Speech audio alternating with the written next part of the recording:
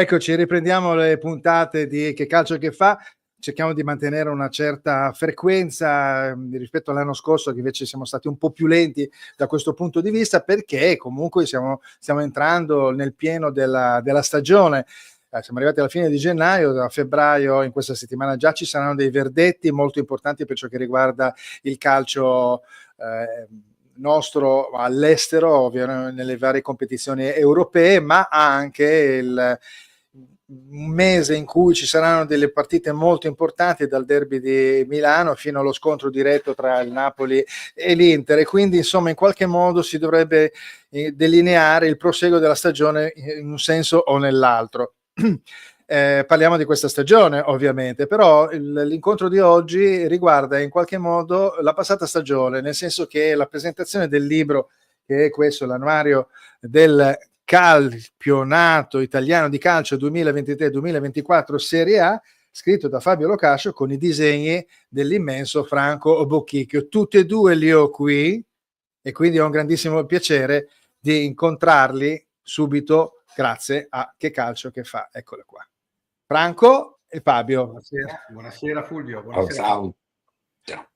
Eccoci, allora io dico, uno potrebbe dire chi è più artista e chi è più statistico. Sì, uno è più statistico e l'altro è un po' più artista, però ho pensato una cosa, che questa è effettivamente l'esatta congiunzione della passione personale di ognuno di voi due, ma la precisione e la cura del dettaglio sono gli elementi fondamentali di tutte e due le facce, nel senso che la precisione e la cura del dettaglio a livello statistico numerico per Fabio Locascio, per Franco Bocchicchio idem, perché non puoi disegnare quel dettaglio sbagliato, soprattutto devi focalizzare l'attenzione sul dettaglio più giusto che riesca a essere, diciamo, vicino all'effettiva realtà di un gol che è stato segnato e riportato sulla carta. Quindi diciamo che siete due grandissimi artisti nella vostra materia.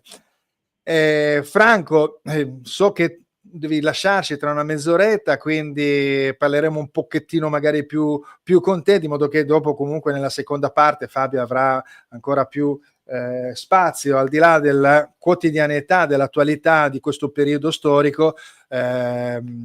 Giustamente cercheremo di incrociare i vostri pensieri riguardo a questo. Nella seconda parte della trasmissione appunto faremo vedere qualcosa, presenteremo anche questo libro che è il 1945-46, quello strano campionato di libertà, scritto appunto da Fabio Locascio, ma ci addentreremo successivamente.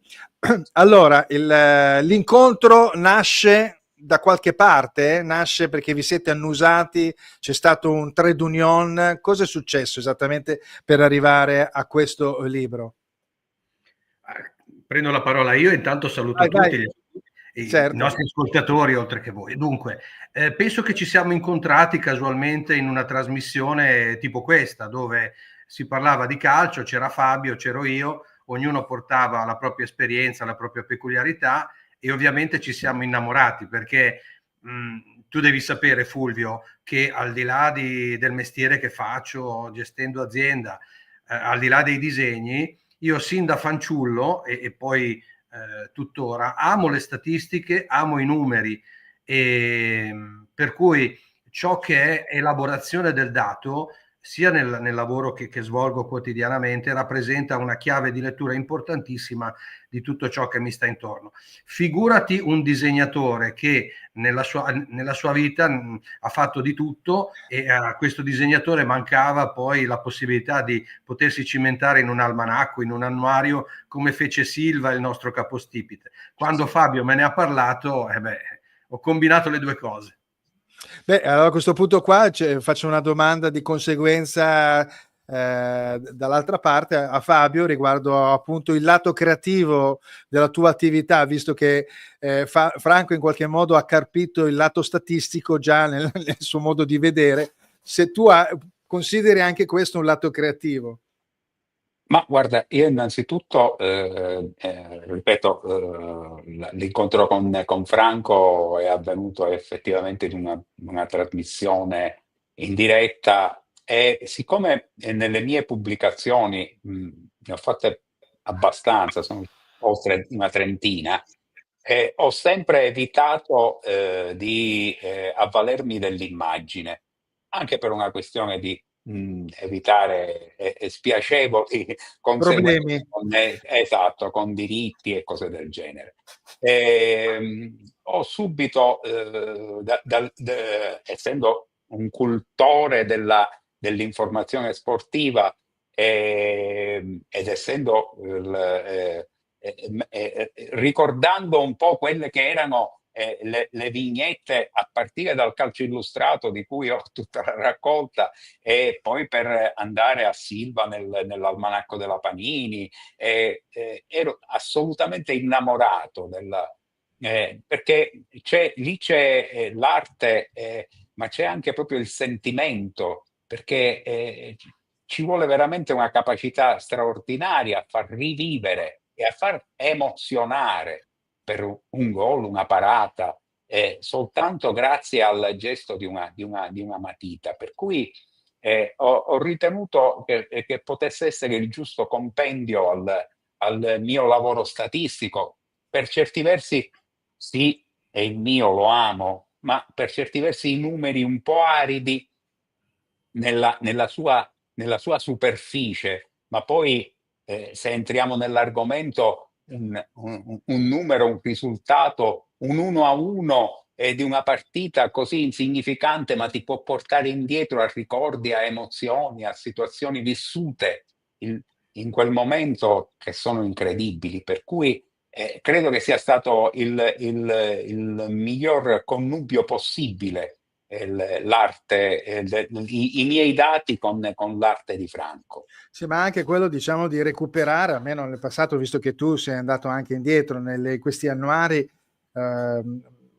sia negli annuari che anche nelle monografie, diciamo, delle varie squadre, no? A livello statistico vuol dire anche andare, ognuno ha la propria storia, la propria età e quindi va a vedere al momento quando era ragazzino, bambino, le figurine Panini, eccetera, eccetera, riuscire quindi a rivedere, a assaporare che quelle situazioni. A me viene in mente lo scudetto 70-71 che l'ho vissuto più da ragazzo un po' più adulto, diciamo, e cosciente, ritagliando appunto, cioè i ritagli, e rivedere i movimenti anche dal punto di vista proprio fisico, no? Il movimento con queste silhouette di calciatori, questi quadricipiti che erano magari alcuni un po' più importanti, alcuni un po' più assottigliati in quel periodo storico, le maglie, insomma, innamorarsi dell'immagine grazie anche a un tabellino, perché dopo alla fine le cose vanno insieme, no? Cioè l'Inter batte nel 70-71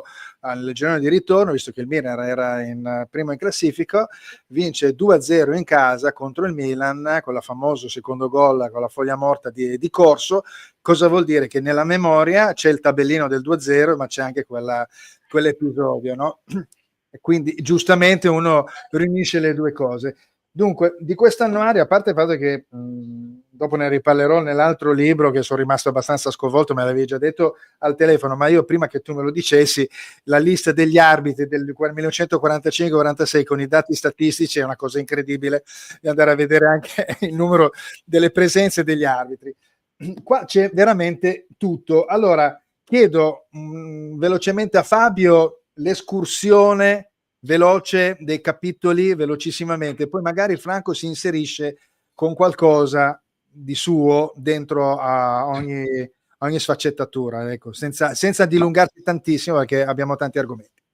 No, io velocemente ti dico che la mia l'idea di fare degli annuari e non degli almanacchi era proprio quella di comprendere quei dati che l'almanacco Panini, di cui io sono un collezionista, diciamo Certo. a partire dal 39, il primo che non era targato Panini, ma comunque poi Panini è subentrata nel 71. Però io comprendo dati che non sono compresi, tipologie di classifiche, per dire la classifica in casa, fuori casa, primo tempo, secondo tempo, la tipologia delle reti. Per dirti finisco con un dato assolutamente banale e ma che comunque mi ha incuriosito. I giocatori trattati sotto il segno zodiacale, per dire. E quindi o un la dato classifica particolare. la classifica di quelli sostituiti. Assolutamente, sostituiti, subentrati, tutta l'ambito dei cliché divisi, in casa, fuori casa, ci trovi di tutto, praticamente tutto quel dato, più dovuto alla curiosità, oltre alla statistica, e tra l'altro da quest'anno c'è anche il commento giornata per giornata, per cui chi vuole rivivere proprio il campionato a prescindere lo può seguire anche con il commento della giornata. Ecco, effettivamente è anche vero, proprio si vede, no? C'è proprio questa, la parte, chiamiamola così, un po' più didattica riguardo alle varie giornate, perché il calcio fugge via, no? No? Mi sembra molto, ma molto veloce, perché si pensa già alle partite successive, si gioca ogni 3 giorni e magari quando si è arrivato a quel famoso scontro importante, non ci si rende conto che in quella giornata c'erano magari degli incassi che servivano per quell'incontro lì. E credo che il vostro lavoro serva proprio per fermare un fermo immagine sia statistico che creativo. Franco, il tuo è un fermo immagine che comunque, come anche quello di Fabio ovviamente, rimane proprio visivamente diretto. Con Fabio magari uno deve ovviamente leggere tra le righe questo discorso. Deve leggere tra le righe, però per gli addetti ai lavori o i curiosi delle statistiche come... L'abbiamo perso. No, ecco. Franco? Stava dicendo una cosa. Franco? Eccomi. Intanto è interessante capire attraverso anche le statistiche dove uno può leggere le sostituzioni, leggi le caratteristiche, perché poi i numeri sono ripetitivi, non so, raccontano delle Fabio, ci sei tu? Sì, io sì.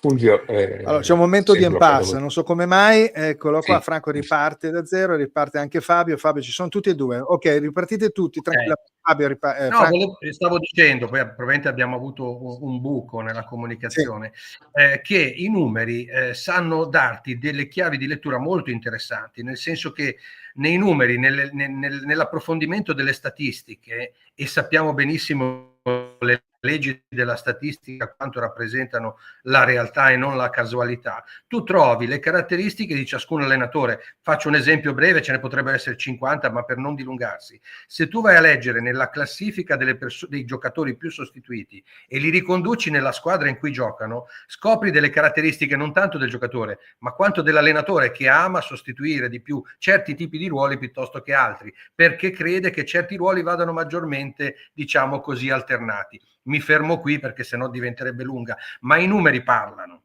Per quanto riguarda invece il disegno, ecco. Per quanto riguarda il disegno, invece, visto che tu mi avevi fatto la domanda sul disegno, senza volervi annoiare, l'anno dell'annuario scelto con Fabio era l'anno della stella dell'Inter, che di per sé è un evento eccezionale. Normalmente penso che avremmo messo gol di tutte le squadre. Quest'anno è stato eccezionale il 23-24. Certo.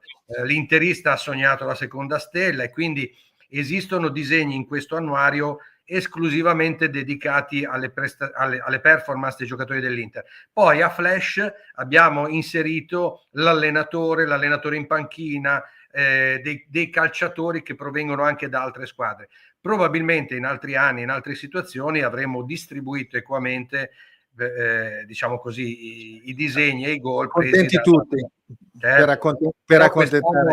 Quest'anno era così. Beh, insomma, quindi vabbè, insomma, ecco, stiamo parlando della statistica, dei numeri, no? Io molte volte, quando mi capita di descrivere, di parlare, no? Quando vengo chiamato a esprimere un'opinione, parto molte volte guardando proprio la classifica e i numeri, i gol soprattutto, lo standard anche legato allo score, insomma, delle partite vinte, pareggiate e perse.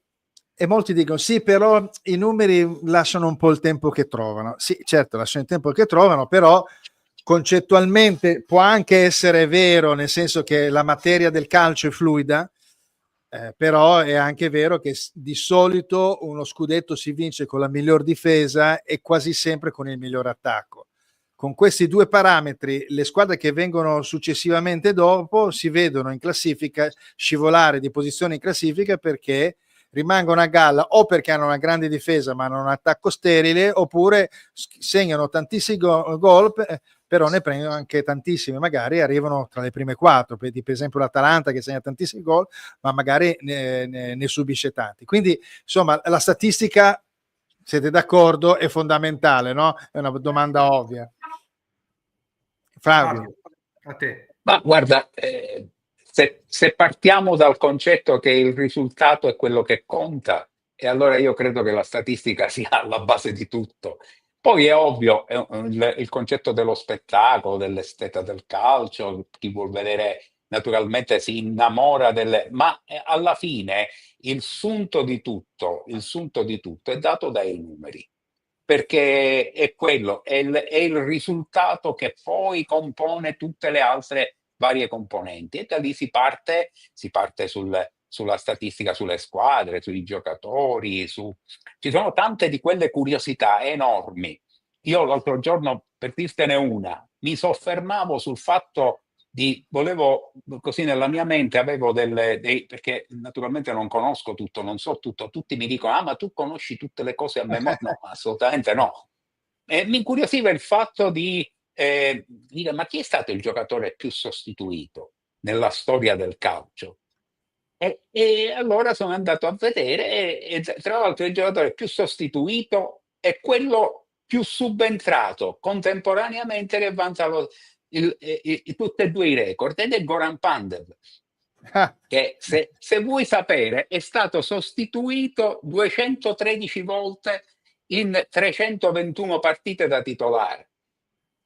Quindi non l'abbiamo mai visto adombrato, perché faceva parte del suo modo di giocare. Nel 66% delle partite è stato sostituito, quindi era una curiosità, certo, dico, certo. però è appagante per certi versi. Nell'Inter di Mourinho, preso a gennaio del 2009, no, del 2010, lui subentra quasi sempre, no? Diventa una terza punta aggregata, in realtà fa un grande collante sulla fascia destra, quindi insomma un giocatore molto molto utile. Ecco, questo volevo far vedere, purtroppo non ho l'immagine, adesso lo farò vedere. Queste ci sono appunto le vignette, le illustrazioni.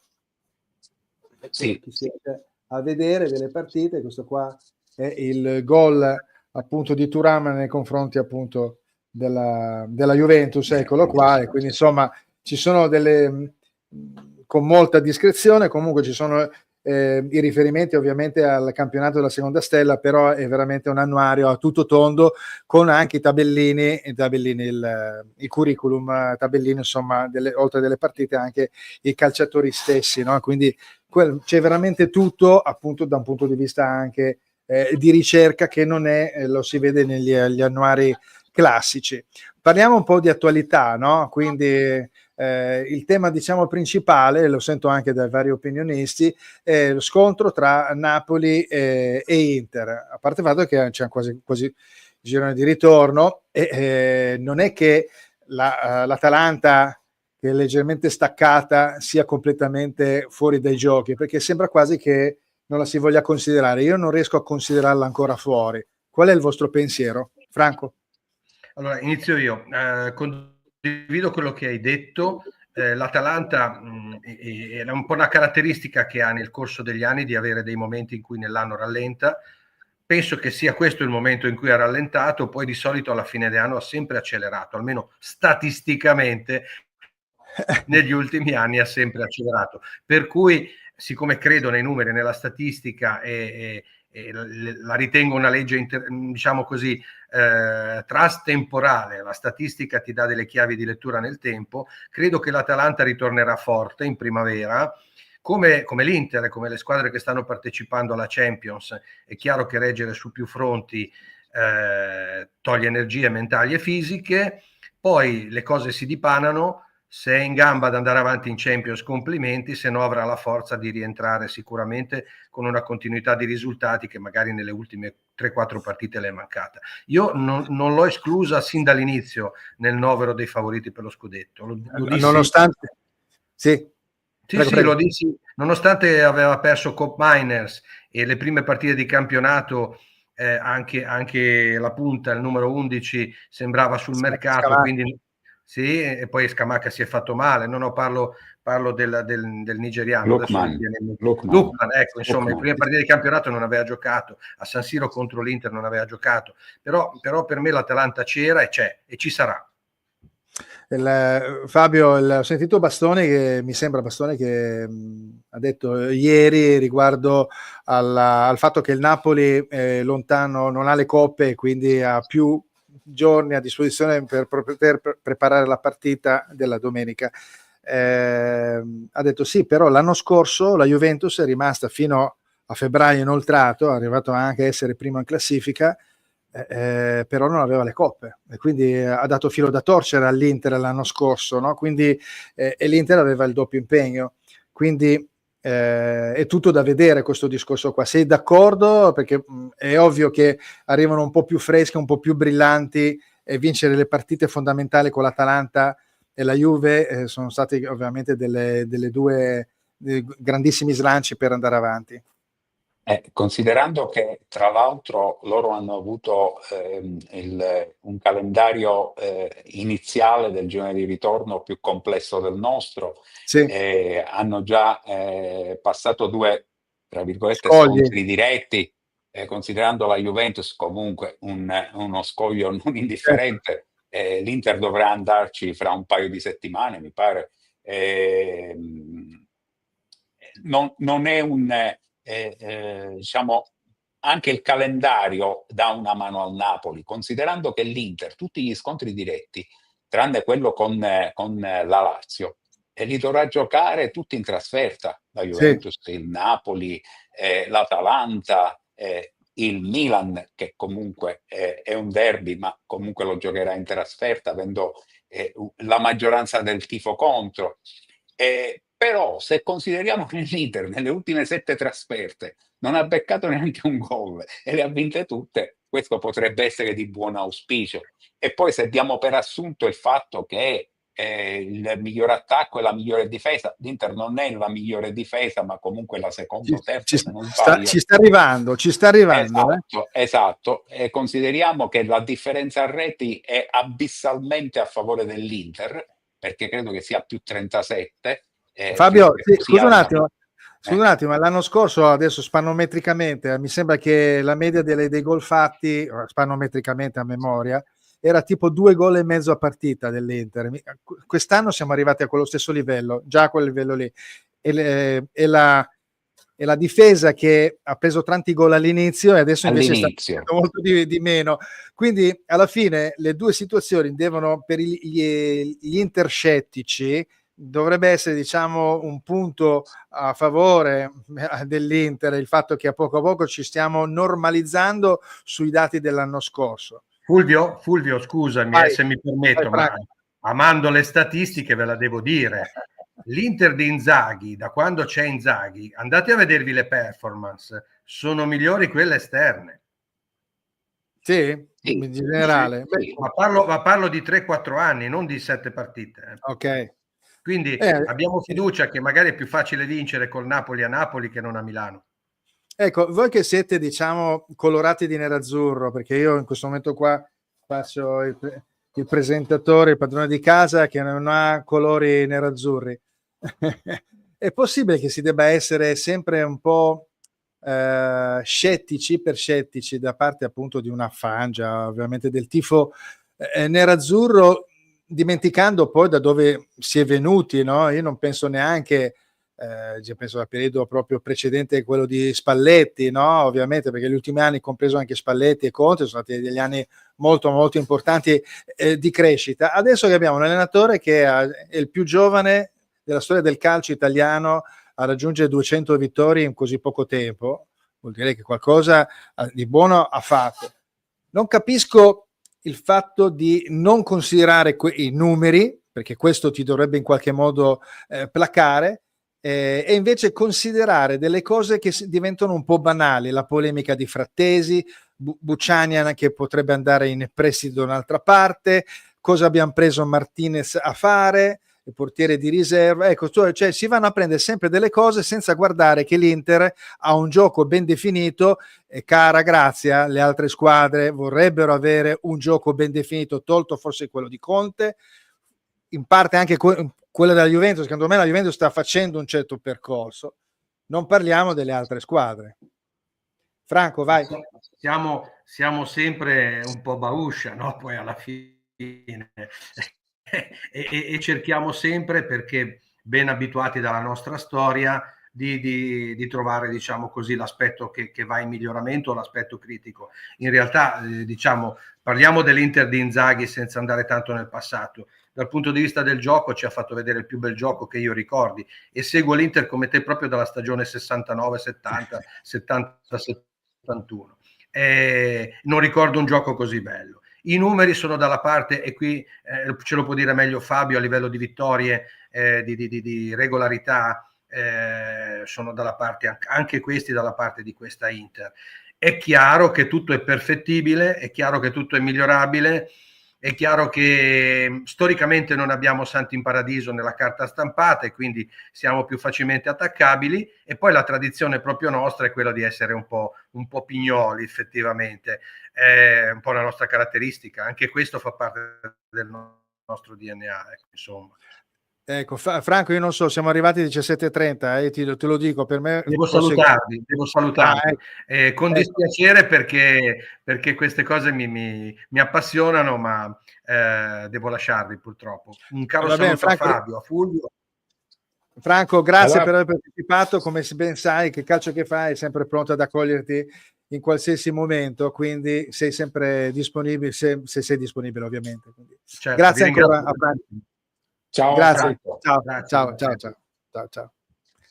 Va bene, quindi proseguiamo la nostra chiacchierata assieme a Fabio Locascio. Parlavamo appunto del modo di essere, diciamo, interisti. Non ti sembra anche che sia un discorso legato alla parte mediatica? L'aveva in qualche modo paventato Franco, no? Riguardo a questo, no? La parte mediatica pompa in una certa direzione e ovviamente crea delle aspettative importanti che basate anche non sulla realtà vera e propria. Chi vuol capire capisce le cose che succedono all'interno di una società, come si muove l'allenatore, quali sono le risposte dei giocatori, eccetera, eccetera. Altri invece ci cascano in pieno e creano questa situazione, diciamo, di malumore.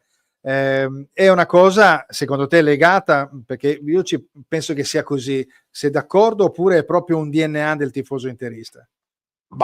Il tifoso interista sicuramente ci mette del suo. Io a casa ho un figlio che è come me interista ed è polemico sino a morire.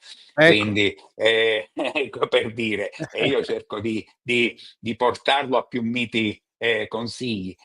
Però ti porto un esempio. Il Milan ha vinto la Supercoppa. Per certi versi devo dire meritatamente, nel senso che ci ha creduto e ha vinto e giustamente ha portato a casa il trofeo.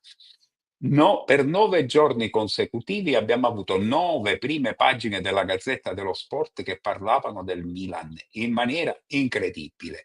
No, per 9 giorni consecutivi non c'è una prima pagina della Gazzetta dello Sport che non portasse titoli a caratteri cubitali e foto di Consensao per il trionfo della Supercoppa nel Milan. Per questo ti dico che effettivamente tutto ciò che di buono c'è in casa nerazzurra, diciamo, viene dato un po' come un concetto soltanto di cronaca.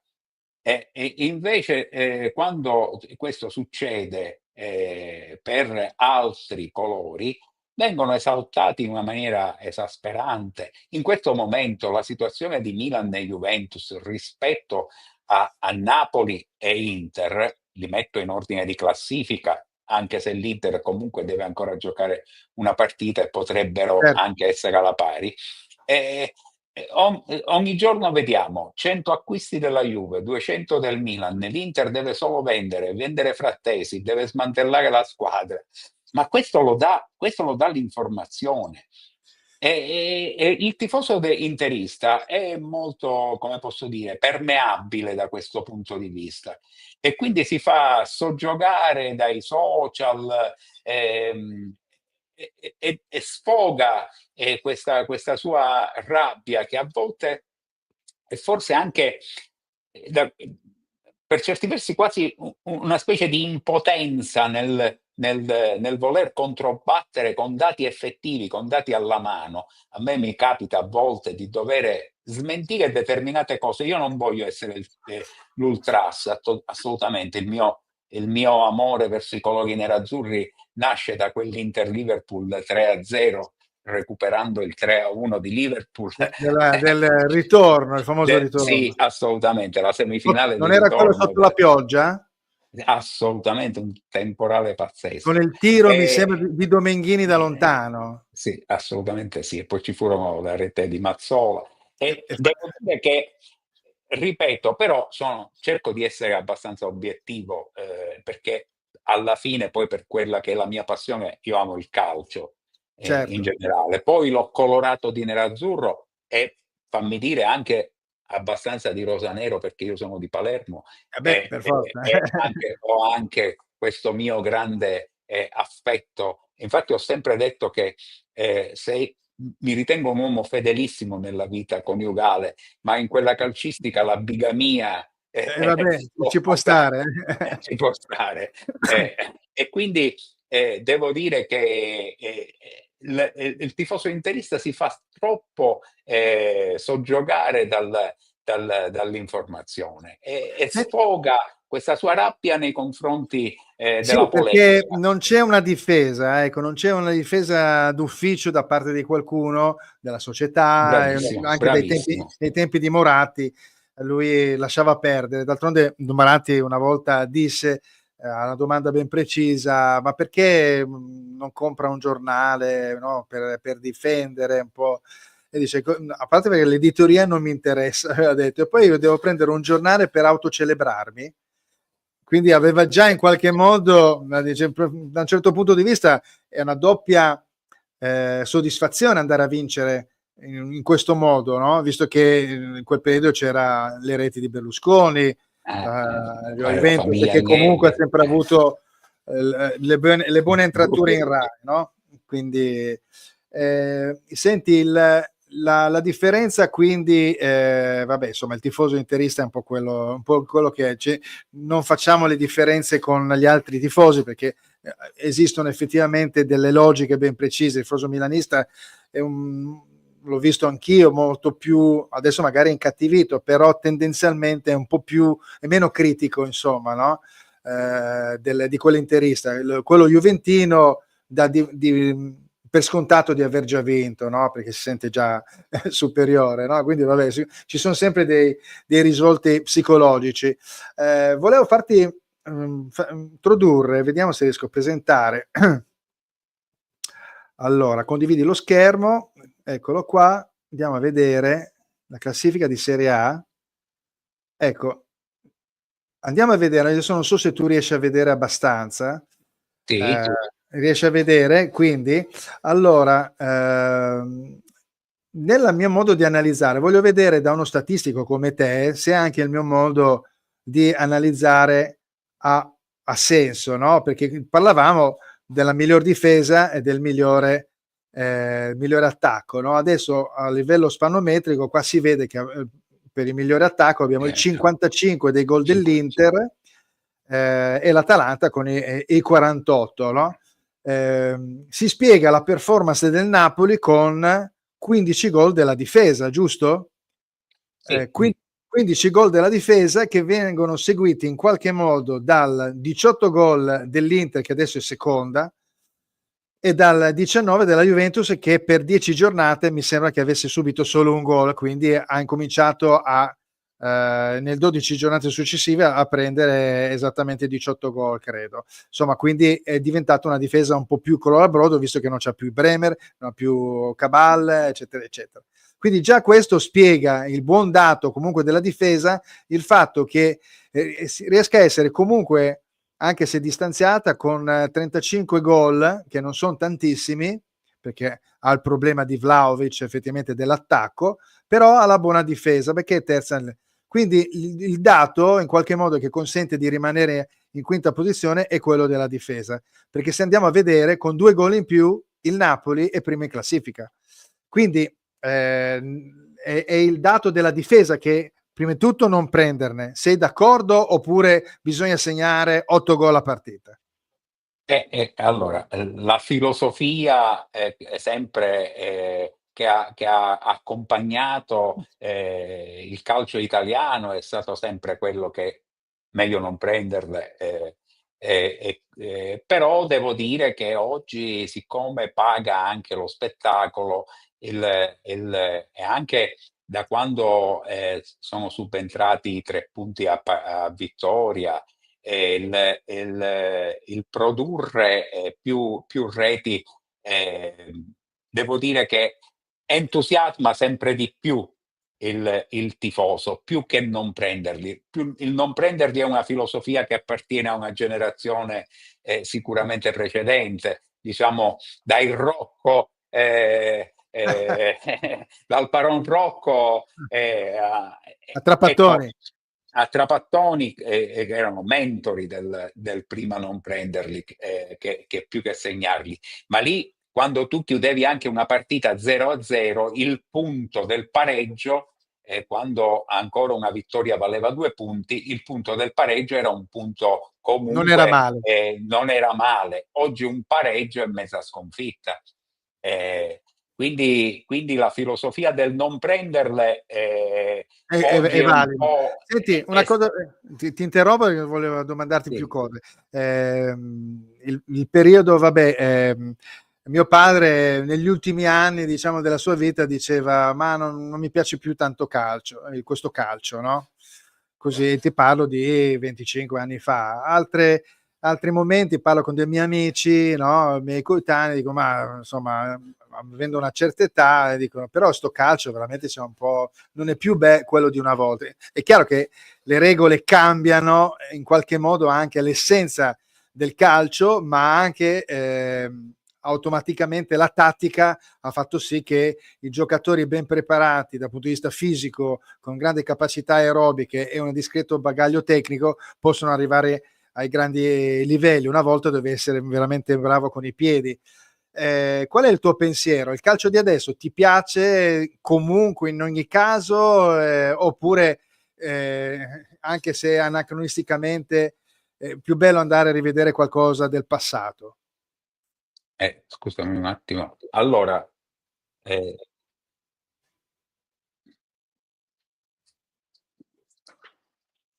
beh, guarda, io col calcio del passato è ovvio che ho basato tutta Ci lavori, la certo, mia ricerca certo, e quindi ho un'affezione nei confronti del calcio del passato particolare e anche dei protagonisti del passato. Sì, per dire, Mariolino Corso, per restare in ambito, o anche Omar Sivori, o certo, ci sono stati campioni che ti deliziavano, Maradona e Gigi Riva, certo, che naturalmente oggi non individuo più nei giocatori di adesso, certo, ma anche per certo. una questione di sentimento, anche per una questione perché sì, il distacco tra il calciatore e il tifoso ormai è quasi incolmabile. Prima io ricordo, quando ero ragazzino, che andavo in autobus a scuola e incontravo i calciatori del Palermo, per dire, con la borsa, Palermo che comunque giocava in Serie B o in Serie A, ma che andavano in autobus con la borsa del Palermo andare a fare l'allenamento. Tu ce li vedi oggi, Lautaro, in un in un autobus in No. mezzo, è impossibile. Già è impossibile vederli con un'auto dai 3.000 in giù, e quindi Certo. il distacco è enorme da questo punto di vista. Quindi per chi ha vissuto il calcio con sentimento, certo è una ferita grande. Poi è ovvio tutte le varie regole, l'avvento del VAR, che io ritengo comunque un fattore positivo.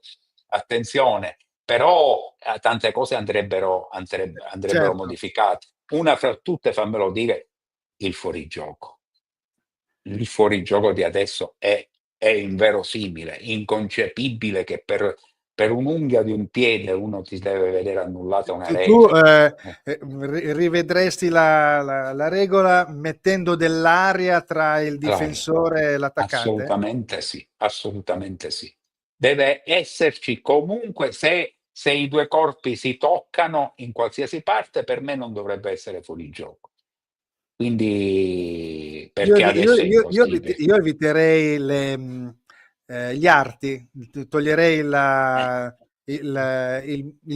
falange, eviterei la punta del piede, magari farei solo il bacino e il corpo, no? Quindi lateralmente, quindi in qualche modo li vedi che sono una percentuale attaccato l'uno all'altro, se è in linea vuol dire che sei in linea, però sono discorsi molto ma molto difficili. Meglio uno 0-0 o un 5-5? Eh. Come vuoi che ti rispondo vestendomi da Nereo Rocco o da... No, nel No, senso che no, il calcio di adesso, anche guardando no. il campionato inglese, per esempio, che dicono ha finito 4-4 o 4-3 o 3-3, partita funambolica di qua di là, poi vai a vedere i gol e ti metti le mani nei capelli. Io sono sempre stato d'accordo invece che uno 0-0 ben giocato da due squadre che anche tatticamente si chiudono e quindi fanno una sorta di braccio di ferro sia molto più interessante. Poi è chiaro che bisogna andare a vedere gli scontri diretti sul campo tra giocatore e giocatore, perché è chiaro che magari le occasioni non ci sono state, quindi non è spettacolo da quel punto di vista, ma è Sono- spettacolo tattico. Io, per dirti, non sono mai stato un grande estimatore del calcio, del calcio di Guardiola, anche se ritengo Guardiola comunque un allenatore, i risultati lo dimostrano, anche se le rose a disposizione di Guardiola sono sempre state delle rose eccelse. E ti devo dire che se dovessi scegliere tra uno 0-0 ben giocato come dici tu, e un 4-4 combinato da papere incredibili tra portieri, preferisco uno 0-0 in assoluto. In Ok, bene. assoluto. Senti, vabbè, aspetta che faccio vedere l'amico Flavio Ciasca, annuario stupendo, complimenti a Fabio Locascio e Franco Monica Bocchicchio, top, insomma, vabbè, quindi lo conosce bene l'annuario, no? Ovviamente. Il discorso invece, tornando alla statistica e quindi tornando all'analisi, io ho allenato a livello amatoriale e andavo a vedere sempre le classifiche e mi ero fatto un'idea che stare a centro classifica c'era comunque un punto di equilibrio, di solito alla nona, alla decima posizione, dove il tabellino tra le partite perse e le partite vinte le partite erano uguali e i gol bene o male si sommavano. E infatti se vai a vedere il punto che non è alla decima posizione ma è la nona, lo Sì, vediamo quello della qua, Roma. è la Roma. Infatti la Roma ha 8 vittorie e 8 sconfitte, quindi c'è una sorta di bilancia da questo punto di vista, però abbiamo 33 gol fatti e 28 subiti, tanti ovviamente, e sono due dati simili, chiaro che non sono uguali, sono dei dati simili, quindi esiste proprio un approccio nella lettura a livello statistico che consente di valutare per esempio questa posizione, quella della Roma, la vera centralità di tutta la classifica. Sei d'accordo oppure sto Beh, dicendo una sì, cretinata? diciamo, ci sono anche delle variabili da considerare, perché bisogna anche capire il calendario che si è avuto, come hai magari Sì, determinate certo. squadre se le hai incontrate fuori. Le variabili sono tantissime, ma come riferimento centrale è ovvio che il punto dove diciamo il break even di una classifica è proprio la parte centrale. Se la parte centrale è bilanciata, non dovrebbero esserci molti scompensi. Qui lo scompenso devo dire che è dato dalle due squadre che un po' si sono staccate, ma si sono staccate adesso perché fino a qualche giornata addietro era un terzetto, l'Atalanta addirittura era davanti all'Inter. Poi l'Atalanta ha fatto 3 pareggi e una sconfitta e lì è stata abbastanza sopravanzata. Però all'inizio c'è stata anche la Lazio e la Fiorentina che erano, diciamo, non c'è mai stata una squadra che ha allungato sin dall'inizio. Adesso andando avanti la cosa, quindi la zona centrale ti dovrebbe comunque confermare una situazione di equilibrio. Perché poi se scendiamo giù l'unica squadra che si è staccata un attimino è il Monza, che Sì. ritengo essere Ecco, un po'.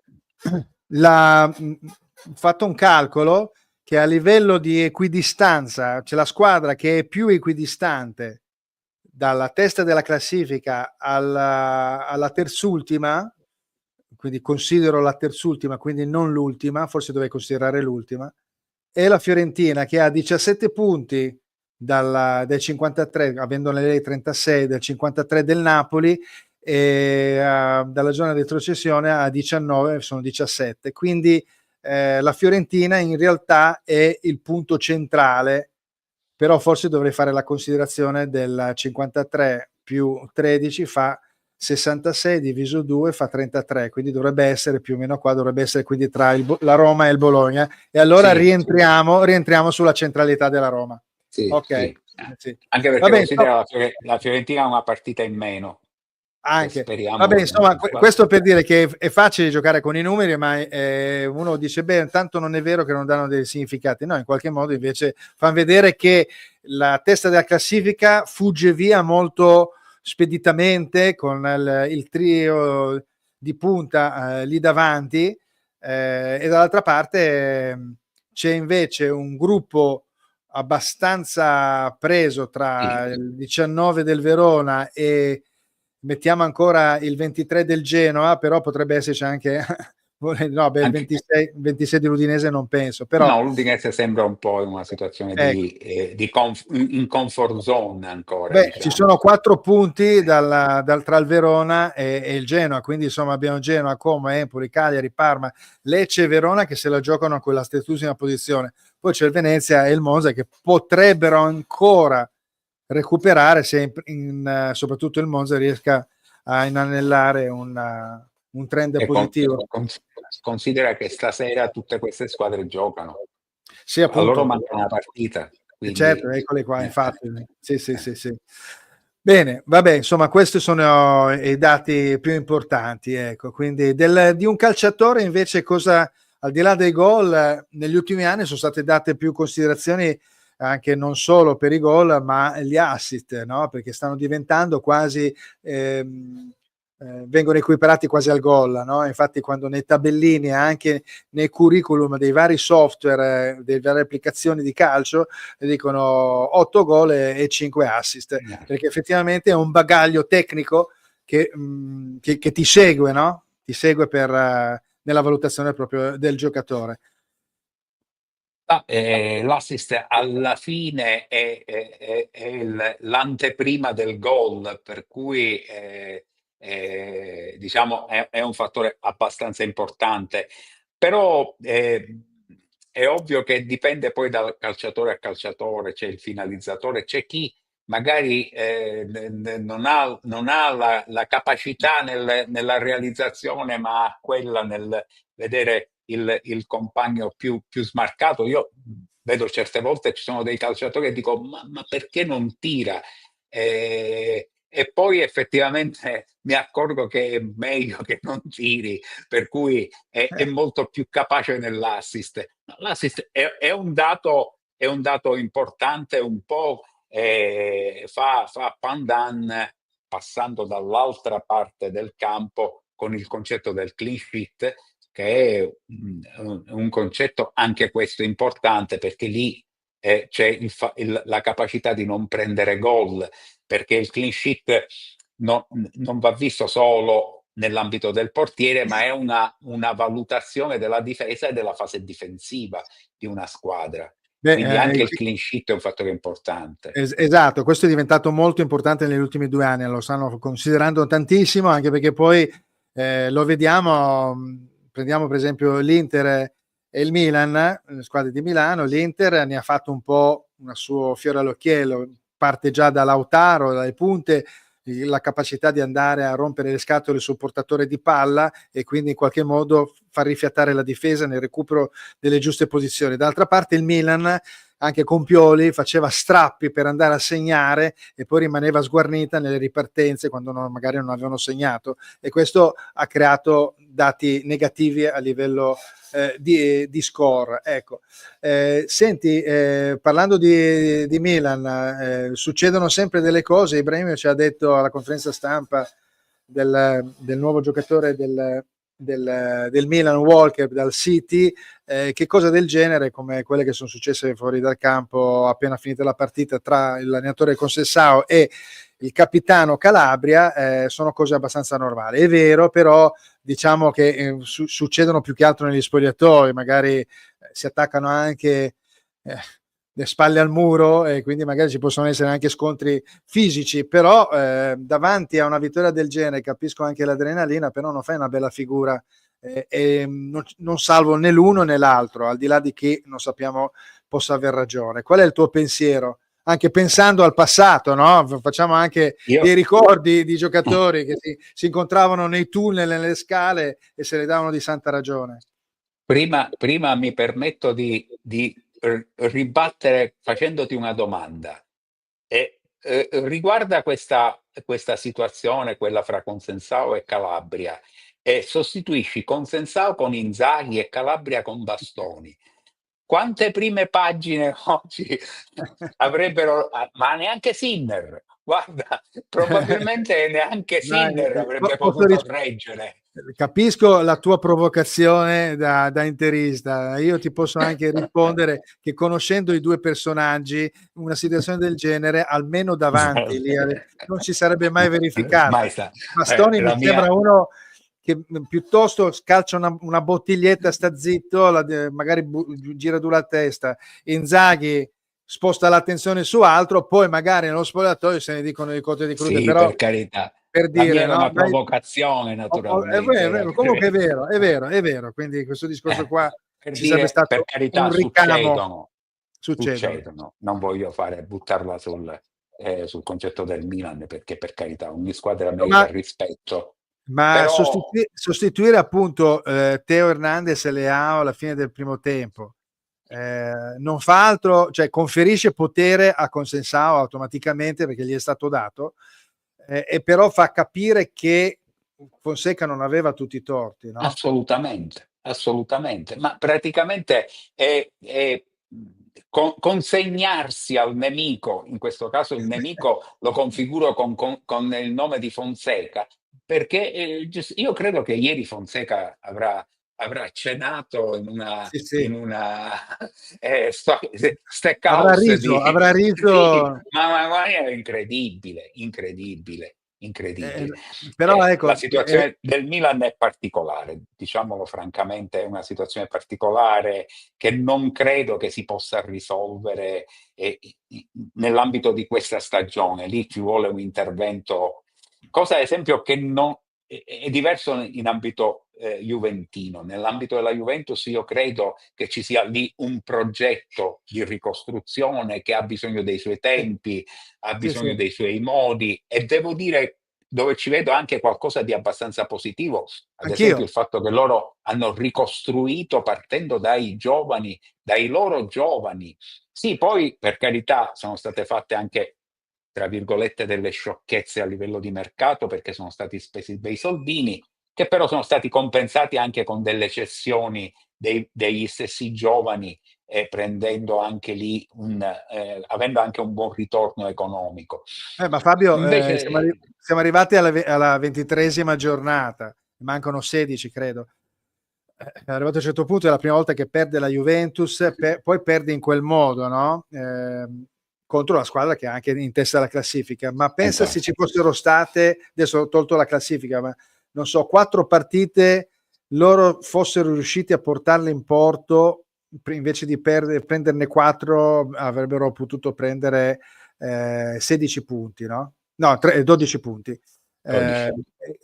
Si sarebbero catapultati a ridosso della zona del vertice, insomma, quindi non è che tutto sommato stia andando malissimo. È chiaro che fai dei confronti degli altri anni, ho visto una classifica, un confronto, ma erano 17 anni che non aveva tutti solo questi punti, ho capito, però erano anche momenti storici differenti, magari squadre che erano già di un certo livello, che magari avevano una flessione o che cosa. Qua stanno ricostruendo e soprattutto a gennaio hanno preso dei giocatori, stanno cambiando il panorama dei giocatori perché stanno lavorando per l'anno prossimo e questo la gente non mi sembra che non lo voglia capire.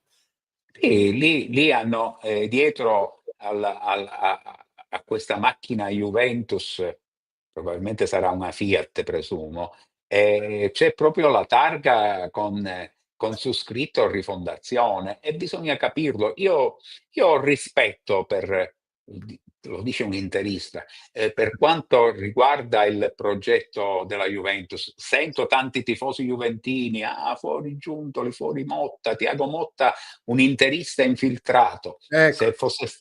Se fosse stato un interista infiltrato avrebbe dato l'anima alla Juventus contro diciamo il Napoli, gli interisti che erano invece juventini infiltrati li abbiamo avuti noi, che alla prima giornata di campionato si facevano autoesonerare. E chiudo qua il discorso.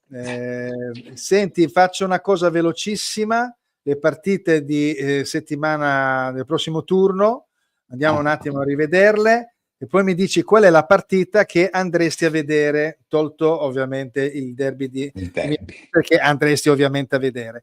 Allora c'è un Parma-Lecce di venerdì, poi alle 15 del sabato c'è Udinese-Venezia, Monza-Verona, Atalanta-Torino, Bologna-Como alle 20:45 del sabato. Poi invece alla domenica c'è Juventus-Empoli, Fiorentina-Genoa, il derby alle ore 18 di domenica, poi un Roma-Napoli alla sera 20:45 e un Cagliari-Lazio al lunedì. Insomma, si svolgono le 2 partite clou, sono Milan-Inter del derby e Roma-Napoli, quindi la Roma potrebbe fare un piccolo intoppo al Napoli e il Milan potrebbe magari vincere il terzo derby consecutivo nei confronti dell'Inter, ma è più probabile che il Napoli riesca a prendere qualcosina magari nei confronti dell'Inter. Sei d'accordo oppure no? Invece sei scaramantico?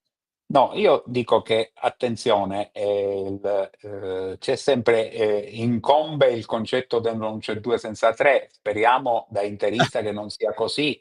I valori in campo secondo me, come lo erano nei 2 precedenti, sono assolutamente e nettamente a favore dell'Inter. Bisogna anche vedere il turno di coppe come Giusto, quello di certo. mercoledì, l'Inter col Monaco e il Milan con la Dinamo Zagabria, quindi questo avrà un peso importantissimo.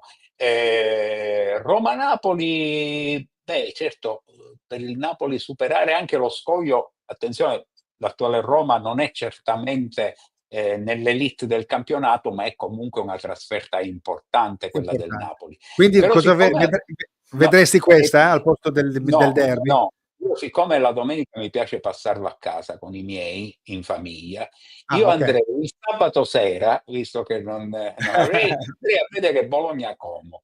Ma sai perché? È una bella Perché partita. sono letteralmente innamorato di questo Nico Paz. Sì. È un giocatore che finalmente mi fa rivedere cose che erano assopite, e quindi spero ardentemente che le voci che l'Inter si stia interessando a questo calciatore siano reali. C'è questa possibilità. Poi ti dico che il Bologna che ha pareggiato ad Empoli, ma avrebbe avuto tante possibilità per vincerla, Devo dire che dopo un inizio abbastanza balbettante sta tornando su e potrebbe nuovamente essere una sorpresa del campionato. È una partita che mi incuriosisce È moltissimo. vero, c'è un buon gioco da parte del Como che non riesce ancora a concludere vittoriosamente tutte le partite. Purtroppo no. Io ho visto Ecco, la partita contro il Milan e il contro Milan l'Atalanta. Quella con l'Atalanta, guarda che l'Atalanta rischiava di prenderne ha 3-4. fatto 2 bei gol e è riuscito a rientrare in pista. Senti, siamo arrivati alla fine, però vorrei da te una piccola descrizione di questo libro che mi hai gentilmente mangiato, 1945-46, quello strano campionato di libertà, dove ci sono veramente dati statistici sempre recuperati dal Calcio Illustrato, di quel periodo storico che non era facile anche riuscire quindi ad avere i dati. E poi concludiamo ovviamente con la motivo del nostro incontro. Quindi il libro, quello strano campionato di libertà. 2 parole riguardo a questo bel libro. Ma guarda, ti dico, quel libro fammi dare i giusti meriti a un carissimo amico che è Fabrizio Smith, che è una persona incredibile dal punto di vista del recupero dei dati impossibili, ma impossibili. Parte del merito è assolutamente sua. Ti dico che avevo questo desiderio perché ho visto sempre questo campionato, che era invece un campionato dal punto di vista della storia importantissimo, perché era il campionato della ripresa dopo anni di grande dolore, quelli dovuti alla seconda guerra mondiale. Certo. E proprio per la difficoltà oggettiva dei mezzi di comunicazione, i dati erano assolutamente imperfetti e spesso introvabili. E quindi la mia ricerca è stata abbastanza continua, assidua, consultando tutti gli organi di stampa del periodo, facendo anche raffronti con periodi precedenti. Ad esempio, c'era nel periodo precedente, nel periodo diciamo del fascismo, imperava il giornale Littoriale, che era la versione diciamo del Corriere dello Sport, però diciamo posseduta dal regime. E anche lì, andando a vedere i giocatori che poi nel 45 è stato, devo dire una fatica enorme, però mi ha dato grande soddisfazione dal punto di vista personale. E poi è correlato da tutte le copertine di quell'anno del calcio illustrato, sia del girone nord che del girone centro-sud che del girone finale. Ricordo come ultima chicca che il campionato lo vinse il Grande Torino e lo vinse all'ultima giornata superando la Juventus.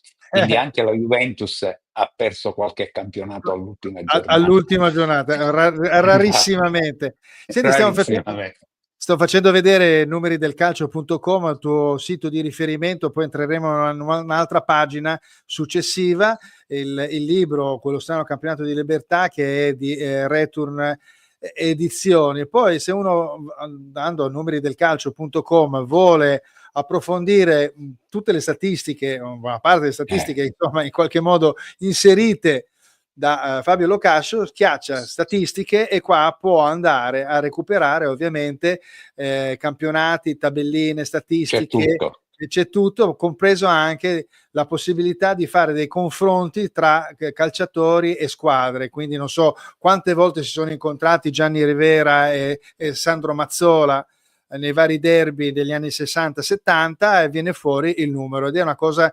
incredibile, meravigliosa, grazie appunto alla pazienza, alla tenacia e alla grandissima passione di Fabio Locascio in tutti questi anni, che proseguirà. Probabilmente il calcio a lui piace sempre. Mi ho fatto una domanda se gli piaceva il calcio attuale. Per me penso che il calcio gli piaccia sempre comunque, perché ha questa visione che continua a riverberare negli anni, quindi non cambia mai. I calciatori ci sono sempre, le squadre ci sono sempre, gli arbitri ci sono sempre. Ecco, magari devi mettere quante volte il VAR è intervenuto a partita che sta diventando veramente un po' un cordoglio quasi, no? Perché allunga, dilata i tempi.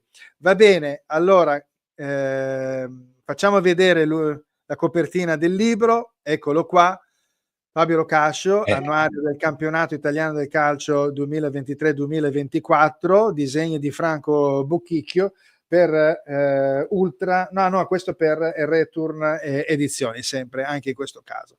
C'è qualcuno che si è inserito, eccolo qua. Ciao a tutti, sono Marco Darò, amico di Roberto.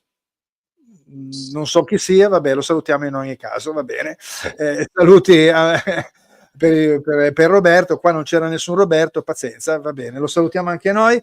Io saluto ovviamente e ringrazio tantissimo per la partecipazione e anche il fatto stesso di esserci quindi conosciuti per questo sito che lui gestisce a livello statistico, che è molto interessante per chi fa il lavoro di controllo dei dati e numerici, al di là del fatto che c'è sempre qualcuno che dice i numeri non contano tanto. Va bene, ok. Va bene, grazie allora a Fabio Locascio, auguri per la sua passione, perché non è un'attività ma una grandissima passione, auguri per tutto, ci incontreremo, che il calcio che fa è sempre a disposizione. Grazie dell'ospitalità, Fulvio, e dell'opportunità. Grazie, un saluto a tutti. Grazie di nuovo, buona serata. Mi piace perché Che calcio che fa prosegue, siamo arrivati all'11ª stagione, quindi fin dall'inizio abbiamo sempre invitato persone di qualità, persone che potessero parlare di calcio in un certo modo, di sicuro non quello che noi andiamo a vedere ovviamente sulle varie TV private, ma anche non solo private, dove chiaramente da dominante è la polemica, la ricerca del dettaglio per cercare in qualche modo di scardinare e creare una sorta di agone, no? Dove praticamente le persone si confrontano anche una forma anche abbastanza selvaggia e primitiva per cercare comunque di avere un consenso ulteriore e avere una certa visibilità. A me sembra che invece le cose positive, anche se possono creare meno interesse per questi personaggi, in realtà sia la cosa fondamentale, perché ci consente di dar spazio alla bellezza del calcio giocato, alla bellezza della parola giusta, ben detta, e soprattutto alle passioni delle persone che portano avanti, come appunto l'illustrazione di Franco Bocchicchio e la capacità, in questo caso statistica, di Fabio Locascio, che abbiamo avuto l'onore e il piacere di avere a Che calcio che fa. Noi ci vediamo ovviamente lunedì prossimo e avremo la somma insomma delle partite del weekend, con quel derby che incombe e quel Roma-Napoli che potrebbero già in qualche modo scardinare in un senso o nell'altro quella prima posizione in classifica a favore magari del Napoli, oppure invece un raggiungimento da parte dell'Inter con la possibilità di rigiocare la partita di recupero con la Fiorentina. Grazie per aver partecipato e aver visto Che calcio che fa, ci vediamo lunedì prossimo. Buona serata.